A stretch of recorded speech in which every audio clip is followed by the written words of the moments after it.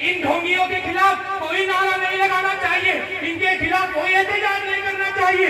मैं उन मर्दूदों से पूछता हूँ, क्या तुम्हारे बाप को कोई गाली दे तो तुम खामोश बैठते हो?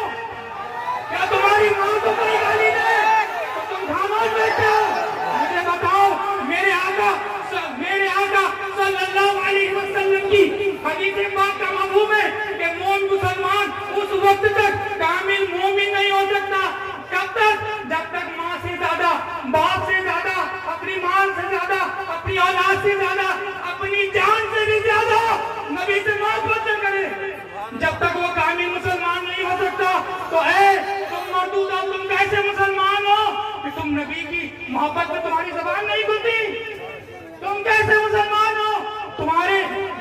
तुम्हारे कोई आकाओं को, तुम्हारी पार्टी के बड़े नेता को, तुम्हारे किसी बड़े को कोई कुछ गाली दे दे तो तुम्हारी एक फुट की जबान। अगर आपने अभी तक हमारा चैनल सब्सक्राइब नहीं किया तो अभी सब्सक्राइब करें। निकलती है। और याद रखो, जो मुस्लिम इक़्तिदार के अंदर है, जो आमदार है, जो खासदार है, जो मंत्री है, जो सफदरी है, जो भी अगर मुसलमान है, तो मैं उस मुसलमान से कहता हूँ, तुम सिर्फ नाम के मुसलमान क्यों बन रहे हो? तुम्हें चाहिए था कि जब नबी की शान में गुस्ताखी हुई तो तुम इस्तीफा दे दो, तुम रोड पे निकल आओ। ये याद रखना, ये इक़्तिदार की कुर्सी, और ये बात याद रखिए, मैं किसी एक शख्स को नहीं कह रहा, मेरी ये बात याद रखिए, मैं किसी एक शख्स को नहीं कह रहा, बल्कि मैं पूरे मुसलमान हिंदुस्तान में जितने भी आमदार खासदार जो भी है, जो इक़्तिदार के अंदर है, जो अपोजिशन के अंदर है, तो याद रखना, ये कुर्सी तुम्हें मिली है उसी नबी के सदके में मिली है।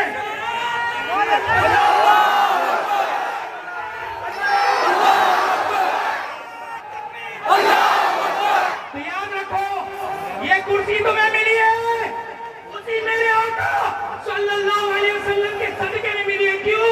क्योंकि मेरा रब फरमाता है, अगर मैं नबी को पैदा न करना होता, न जमीन बनाता, न आसमान बनाता, तो ऐ नेता, न तू होता, न तेरा बाप होता। अगर मैं नबी सल्लल्लाहु अलैहि वसल्लम की पैदाइश न होती, तो ऐ मेरे मुसलमानों,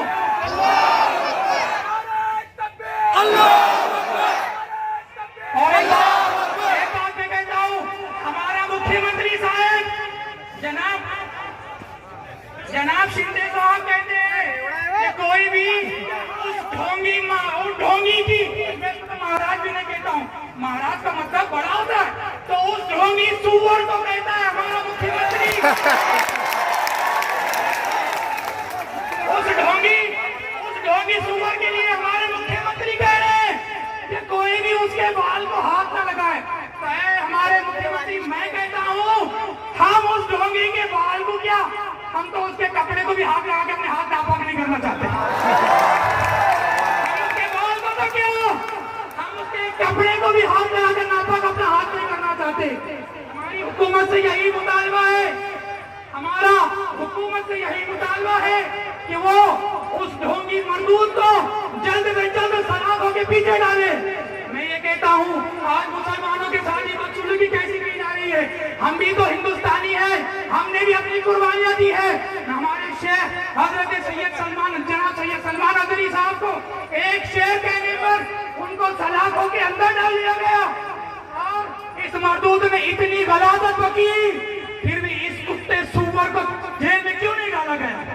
हमें हिंदुस्तान के कानून पर भरोसा है, हमको हिंदुस्तान के कानून पर भरोसा है, इसीलिए हम उस मरदूद के कपड़ों को क्या, आप ही जो है, हम बरसर इक़्तिदार से कहते हैं, मंत्रियों से कहते हैं, मुख्यमंत्री से कहते हैं, प्रधानमंत्री से कहते हैं कि उस मरदूद को जल्दी से जल्दी फांसी दी जाए।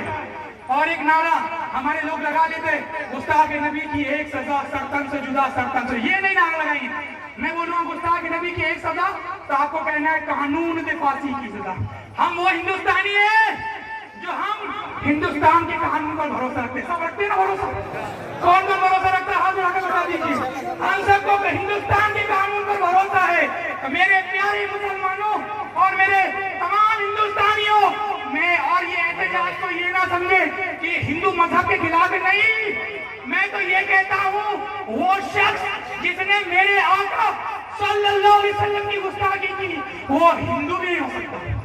और उलमा फरमाते हैं जो मेरे आका की गुस्ताखी करता है उसके हलाली होने में भी शक है, उसके हलाली होने में भी शक है। तो मैं तमाम इक़्तिदार वालों से ये गुजारिश करूंगा कि उस मरदूद को जल्द से जल्द फांसी की सजा दी जाए। आखिरी में एक पैगाम है मुसलमानों, हम यहाँ जमा हमारे बोला था 10 मिनट पूरी होगा इंशाअल्लाह। मैं अब आप सब मुसलमानों की तरफ आता हूँ। हमने एहतजाज किया, उस आका सल्लल्लाहु अलैहि वसल्लम की बारगाह में खराज अकीदत पेश करने के लिए कहा। जरा नौजवान मुसलमानों जरा जवाब दो, हम मुसलमान होकर क्या इनकी गुस्ताखियां हमारे वजह से तो नहीं है? जरा गौर करें, हमारी रातें मोबाइल के अंदर रील्स देखते हुए गुजरती है, हमारी फजरों के अंदर मस्जिदें वीरान होती है। जिस नबी की सुन्नत दाढ़ी है उसी दाढ़ी को छिला छिला कर हम नालियों में डाल रहे हैं। क्या यही आपका इश्क़ रसूल है? क्या यही आशिक़ रसूल होता है? आशिक़ रसूल तो वो होता है जो नबी की हर सुन्नत पर भी अमल करे और नबी के लिए अपनी जान अपना माल सब कुर्बान करने के लिए तैयार हो जाए। तो नियत करें इंशाअल्लाह कि मेरे आका की सुन्नत पर अमल करेंगे इंशाअल्लाह, नमाजों की पाबंदी करेंगे इंशाअल्लाह। और आज वक्त दिया है नबी के नाम पर, कल इंशाअल्लाह वक्त पड़ा उसी नबी के नाम पर जान देंगे इंशाअल्लाह, उस नबी के नाम पर अपनी जान देंगे इंशाअल्लाह, उस नबी के नाम पर अपनी जान देंगे इंशाअल्लाह। अल्लाह पाक हम सबको इन बातों पर अमल करने और अल्लाह पाक से दुआ है अल्लाह पाक मेरे बयान भी करने में कोई गलती हुई तो अपने हबीब के सदके में वहां पता फरमाए। आखिर में ये दो शेर मेरे रज़ा ने फरमाया, सबसे औला वो आला हमारा नबी, सबसे बाला वो वाला हमारा नबी, सारे अच्छों में अच्छा समझिए जिसे है उस अच्छे से अच्छा हमारा नबी। आप वही हमारा नबी, सबसे औला वो आला हमारा नबी, सबसे बाला वो वाला। एक 5 मिनट लूंगा बस, ज्यादा वक्त नहीं। सब शादी कभी से बैठे हैं, आप सबका मैं दर्द समझ सकता हूँ। आप बैठे हो तो जहाँ कुछ भी इस्लाम पे समाज पे बात आती है वहाँ पे नेवते नहीं भेजे जाते, जिसका जमीर जिंदा होता है वो खुद ब खुद चल कर आगे आता है। या ठिकाणी सिल्लोडच्या तमाम मुस्लिम समाजाचा धन्यवाद देतो की तुम्ही सर्व जिंदादिल आहात आणि भारतीय संविधानाचा कलम 14 मूलभूत हक्क राईट टू इक्वॅलिटी या संविधानापुढे सर्वांना समान अधिकार हा भारतीय आहे। या ठिकाणी आता सय्यद साहेब सांगत होते की पोलीस प्रशासनाने हे केलं ते केलं आणि या देशाचा भाग फक्त भारतीय संविधान आहे आणि संविधानाने अधिकार दिले आहे हे मोर्चे काढण्याचा आंदोलन करण्याचा। रामगिरी गुरु नारायणगिरी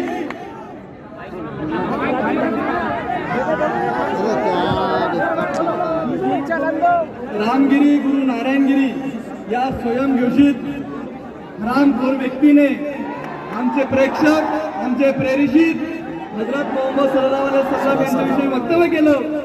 त्या वक्तव्याचा आम्ही जाहीर निषेध करतो आणि पोलीस स्टेशन सिल्लोड शहर आणि ग्रामीणला यांना विनंती करतो की भारतीय दंड संहिता कलम 199, कलम 192, कलम 206, कलम 306, कलम 202 या अंतर्गत या हरामखोराला प्रत्येक वेळेस मुस्लिम समाजावर हल्ले। अरे मुस्लिम समाजाला काय गांडू समजलं का? मुस्लिम समाज कायम शांततेच्या मार्गाने हजरत पाक सल्लल्लाहु अलैहि वसल्लम यांनी दिलेल्या शांततेच्या मार्गामधून आपण प्रत्येक वेळेस प्रोटेस्ट करत असतो। आता मुस्लिम समाज हल्ले सहन करणार नाही। ज्याच्या बुडात दम असेल त्याने समोरून वार करा, जर मागून वार करा तर इस्लामची शिकवण 313 आम्हाला सुद्धा आहे। ला इलाहा इल्लल्लाह मुहम्मदुर रसूलुल्लाह आम्हाला भारतीय संविधानाने दिलेले अधिकार, आमचे फंडामेंटल राईट्स, IPC सेक्शन कलम हे सर्व मुस्लिम समाजासाठी आहे। मुस्लिम समाजाच्या लोकांना तुम्हाला एक होण्याची गरज आहे। तुमच्यासाठी कोणी येणार आहे? हमारे वास्ते कोई नबी आने वाला नहीं। हम सबको एक होना पड़ेगा, जमीन पे आना पड़ेगा और जमीन की ये तादाद हमको लड़ना पड़ेगी। ये भारतीय जनता पार्टी, ये RSS, ये हाफ चड्डी वाले हमको सिखाएंगे, हमको सिखाएंगे। खुद धोना नहीं आते और हमको धोना बोलते हैं। सिल्लोडवासियांचा जास्त वेळ घेणार नाही। ज्या कुठे मुस्लिम समाजावर अन्याय अत्याचार होईल त्यावेळेस समस्त मुस्लिम समाज हा रस्त्यावर येईल आणि जर त्या रामगिरीला अटक झाले नाही तर यांनी ते नावं घेतले या पोस्टरवर, पण यांची एवढी लायकी नाही आहे। इस्लामचे एक शिष्य या नात्याने मी या पोस्टरवर यांची लायकी नाही आहे की त्यांचं नाव माझ्या तोंडातून घेईल। आमच्या नबीची शिकवण आहे, आमच्या इस्लामची शिकवण आहे की शांततेच्या मार्गाने इस्लाम धर्म हा ज्यावेळेस सल्लल्लाहु अलैहि वसल्लम ज्यावेळेस आपल्यापर्यंत कलिमा पोहोचला ला इलाहा इल्लल्लाह मोहम्मद रसूलुल्लाह सल्लल्लाहु अलैहि वसल्लम, जब भी हमारे नबियों को जंग करना पड़ी थी, जब भी हमारे साहबा ने अपना खून बहाया था और जहाँ भी 1857 का किसी को भी बताया वहाँ पे हमारे अशफाकुल्लाह खान भी हमारे मौजूद थे, हमारे फातिमा शेख भी मौजूद थी। लेकिन आज इतिहास के जरिए में हमारे मुस्लिम समाज को दबाने का काम कर रहे हो। हमारा मुस्लिम समाज अब दबने वाला नहीं है। हमारे मुस्लिम समाज को आगे आना पड़ेगा, समाज के वास्ते लड़ना पड़ेगा, हमारे धर्मगुरु की बात को पकड़ के हमको आगे आना पड़ेगा। यावेळेस जास्त वेळ घेणार नाही। आयोजकांनी मला 5 मिनिटं बोलण्याची संधी दिली त्याबद्दल धन्य आहे, नाहीतर अच्छे की धज्जा उडाना हमारे बुढ़ में दम। जय हिंद जय महाराष्ट्र। एक बार पूरा ताकत से आवाज आना, पूरा सिल्लोड से आवाज आना।